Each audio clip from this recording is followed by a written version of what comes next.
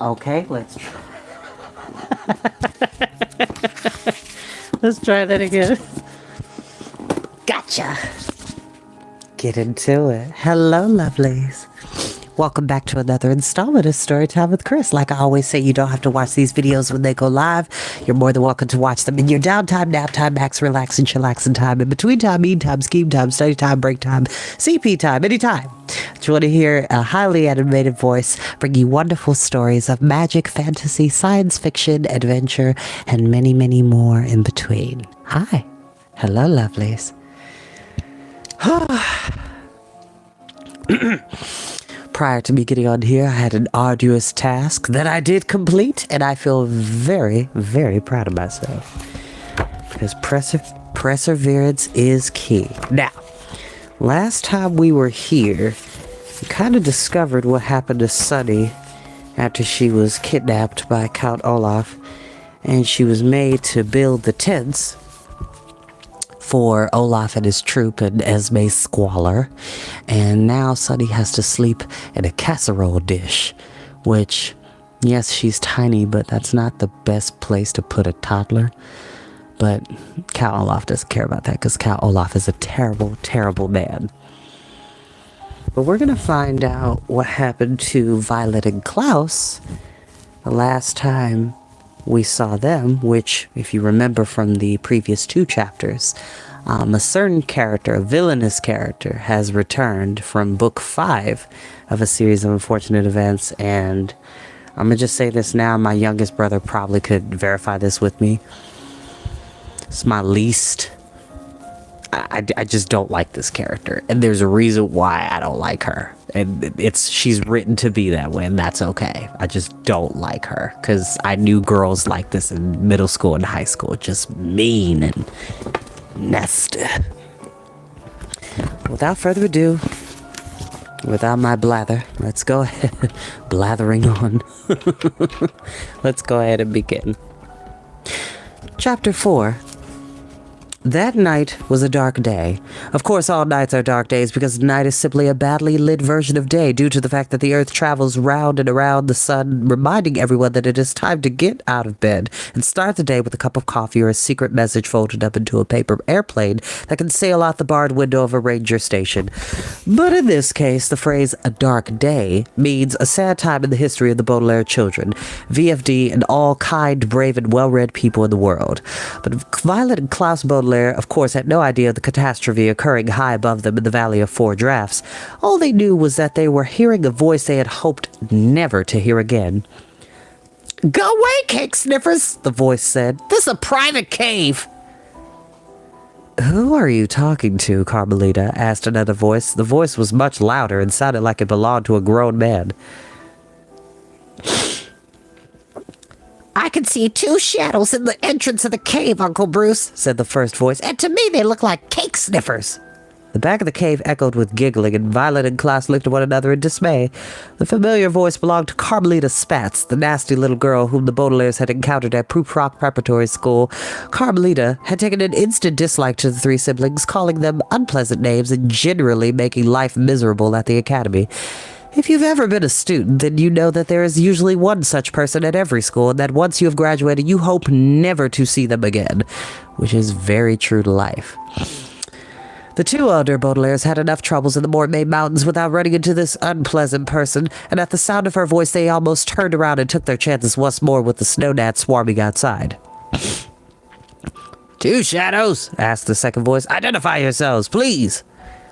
"We're mountain travelers," Violet called from the entrance. "We lost our way and ran into a swarm of snow gnats. Please let us rest here for a moment while the smell of a smoke scares them away, and then we'll be on our way." "Absolutely not," replied Carmelita, who sounded even nastier than usual. "This is where the snow scouts are camping, on their way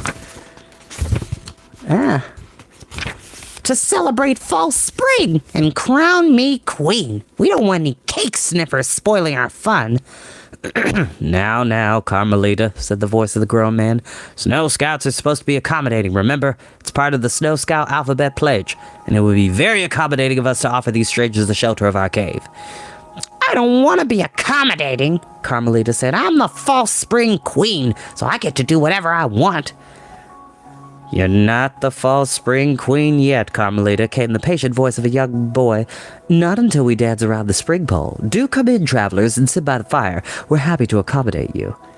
That's the spirit, kid, said the voice of the grown man. Come on, Snow Scouts, let's all say the Snow Scout alphabet pledge together. Instantly, the cave echoed with the sound of the many voices speaking in perfect unison, a phrase which here means reciting a list of odd words at the very same time. Snow Scouts recited the Snow Scouts are accommodating, basic, calm, darling, emblematic, frisky, grinning, human, innocent, jumping, kept, limited, meek, nap-loving, official, pretty, quarantined, recent, scheduled, tidy, understandable, victorious, wholesome, xylophone, young, and zippered. Every morning, every afternoon, every night, and all day long. The two Baudelaires looked at one another in confusion. Like many pledges, the Snow Scout alphabet pledge had not made much sense, and Violet and Klaus tried to imagine how a scout can be calm and meek at the same time as being frisky and jumping, or how these children could avoid being young or human even if they wanted to. They couldn't figure out what the pledge suggested being all these things every morning, every afternoon, and every night, and then added all day long, or why the word xylophone appeared in the pledge at all. But they did not have much time to wonder, because when the pledge was over, the Snow Scouts all took a big breath and made a long, airy sound, as if they were imitating the wind outside, and this seemed even more strange. That's my favorite part, said the voice of the grown man when the sound faded away. There's nothing like ending the Snow Scout alphabet pledge with a snowy sound. Now approach, travelers, so we can get a good look at you. Let's keep the coat over our faces, Klaus whispered to his sister. Carmelita might recognize us. And the other scouts have probably seen our pictures in the Daily Punctilio, Violet said, and ducked her head underneath the coat. The Daily Punctilio was a newspaper that had published a story blaming the three Baudelaires for Jacques Snicket's murder. The story was utter nonsense, of course, but it seemed that everyone in the world had believed it was searching and scratching for the Baudelaires to put them in jail. As the two siblings walked toward the voices of the Snow Scouts, they realized that they weren't the only ones concealing their faces. The back of the cave was like a large circular room with very high ceilings and craggy walls of rock that flickered in the orange light of the flames. Seated in a circle around the fire were 15 or 20 people, all looking up at the two Baudelaires. Through the fabric of their coat, the children could see that one person was much taller than the others. This was probably Bruce, and was wearing an ugly plaid coat and holding a large cigar. On the opposite side of the circle was someone wearing a thick wool sweater with several large pockets, and the rest of the Snow Scouts were wearing bright white uniforms with enormous zippers down the front and emblems of snowflakes in all different sizes and shapes along the long puffy sleeves. Which, by the way, children, fun fact, and this is something I learned when I was I think I was like 12 or 13. Every snowflake that you see that falls down, if you were to put a microscope up to each one, every single one has a unique and different design every single time. There is not one snowflake that is the same or has a twin of another. They are always different, because when snow hits air, it crystallizes and freezes, and it creates different designs when you put a microscope up to it. And fun fact, not every snowflake is ever going to fall or design the same. It's very cool. On the back of the uniforms, the Baudelaires could see the words of the Snow Scout alphabet pledge printed in large pink letters, and on the top of everyone's heads were white headbands with tiny plastic snowflakes sticking out of the top in all directions, and the word "brrr" written in icy script. But Violet and Klaus weren't looking at the plastic flurries of snow on the Snow Scouts' heads, or the accommodating, basic, calm, daring, emblematic, frisky, grinning, human, innocent, jumping, kept, limited, meek, nap-loving, official, pretty, quarantine, recent, scheduled, tidy, understandable, victorious, wholesome, xylophone, young, and zippered uniforms that most everyone was wearing. Say that 3 times fast. I dare you. I bet you can't do it. They were looking at the dark round masks that were covering the scouts' faces.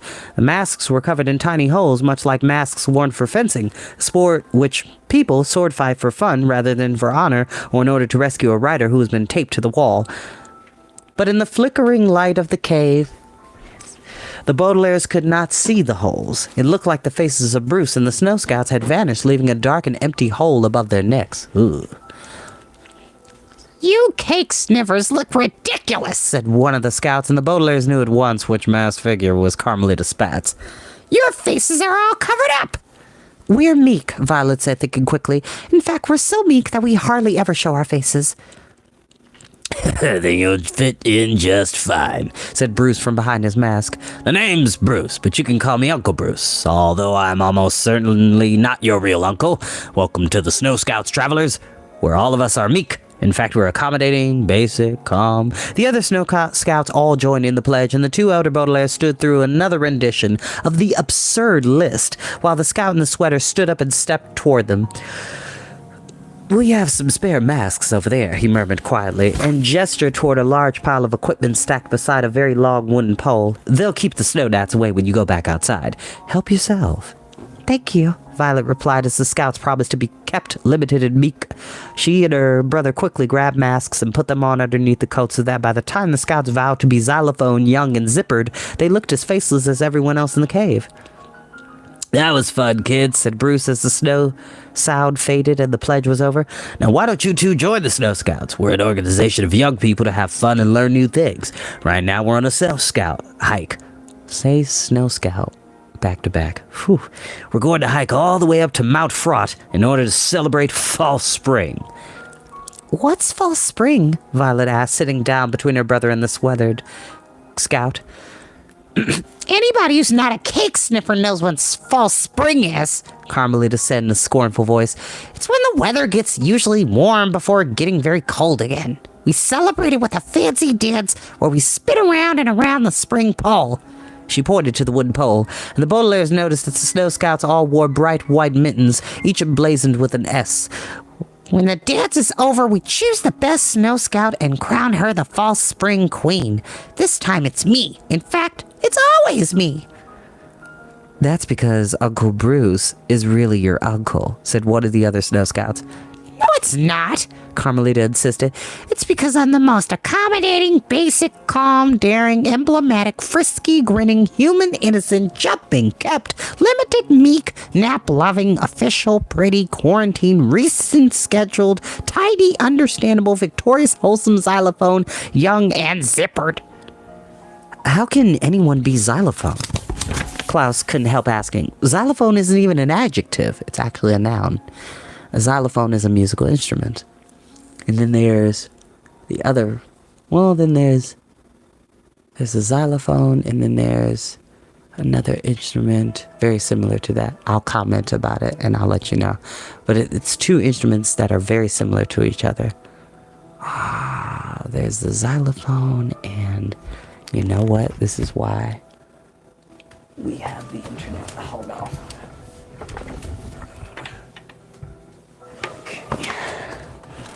Because I'm not going to let this one go by. Hold on. Do-do-do-do. Da-da-da-da-da-da-da.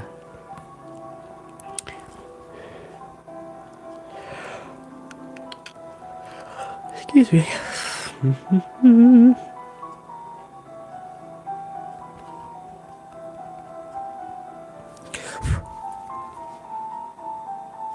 Oh, the xylophone and the marimba. Yes. There's the xylophone, the marimba, which is like a smaller version of that. Then there's the vibraphone, which uses metal wire. And then there's the kalimba, which is more like a handheld xylophone, but it's made out of metal. The glockenspiel, that's what it is. That's another version of that. And I believe, if memory serves, I think I had a toy little wooden glockenspiel that I would just like bang on as a kid. There's the xylophone, the glockenspiel, the marimba, the kalimba. Instruments, music, magic. Uncle Bruce couldn't think of... Uncle Bruce couldn't think of another word that began with X, explained the sweatered Snow Scout in a tone of voice indicating that he thought this wasn't a very good excuse. How about xenial?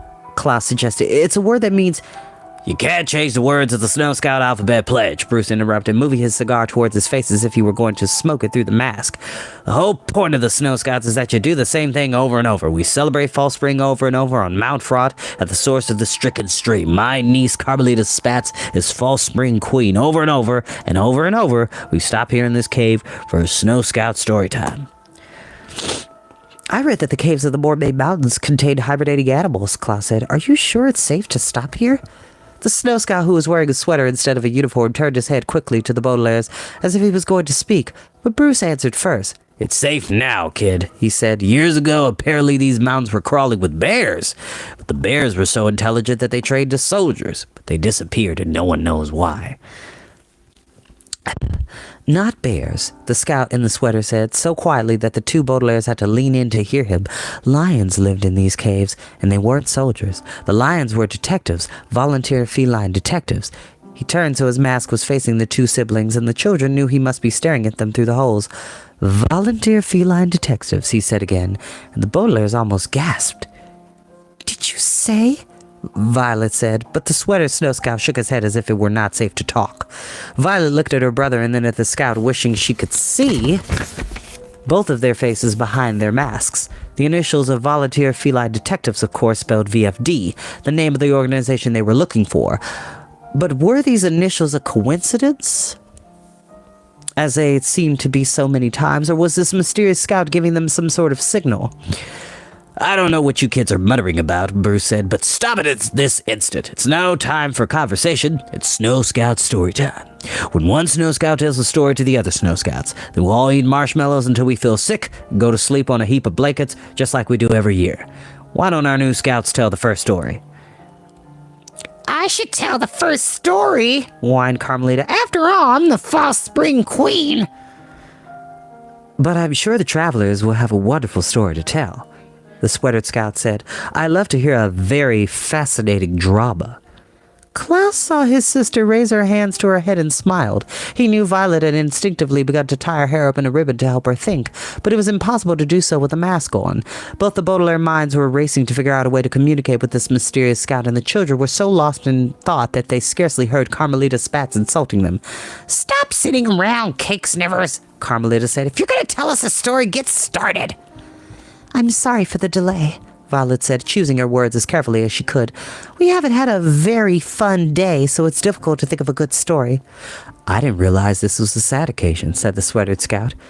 Oh, yes, Klaus said. We've had nothing to eat all day except for some vinegar-flavored donuts.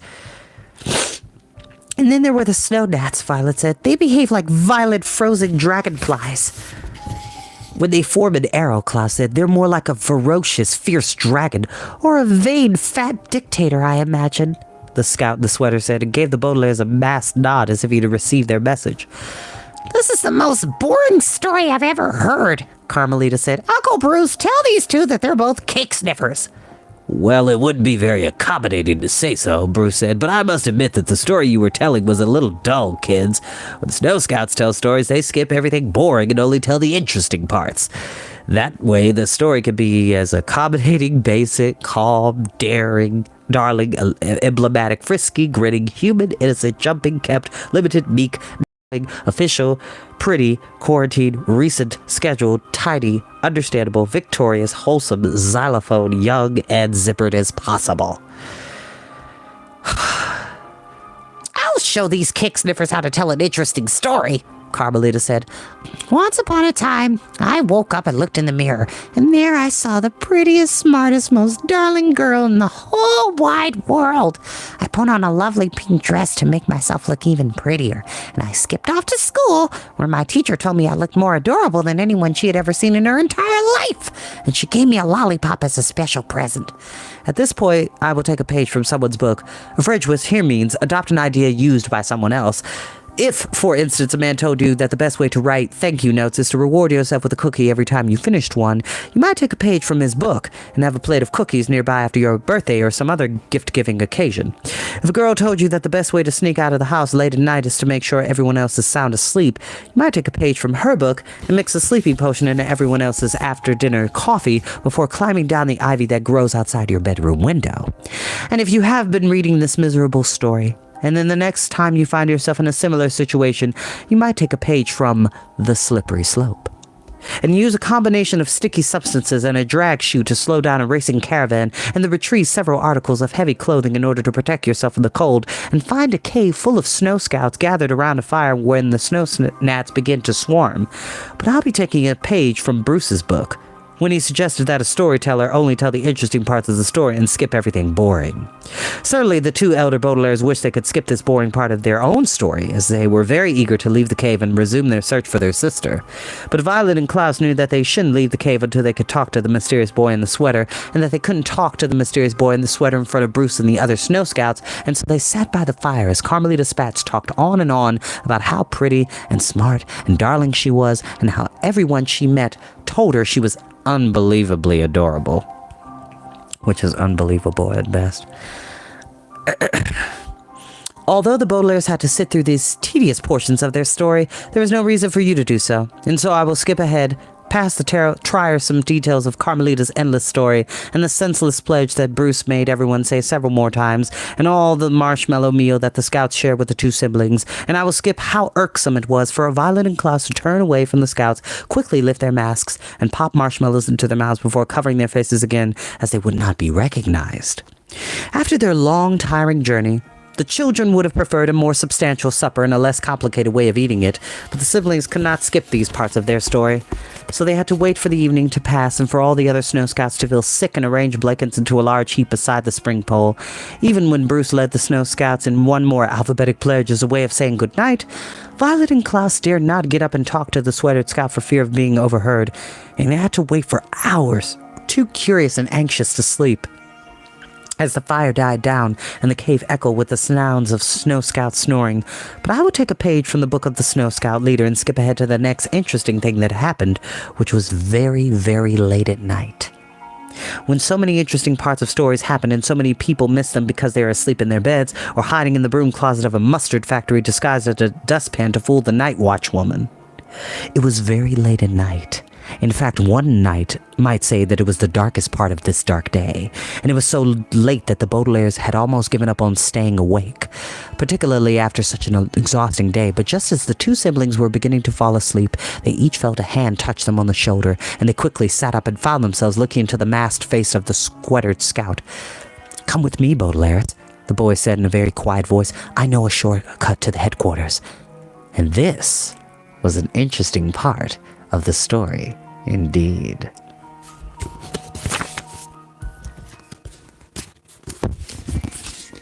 And that is where we will end for today. As always, I do appreciate you joining me. I love and appreciate each and every one of you, and I hope you have a fabulous day. Bye, y'all. See you next time. Bye-bye. Be good.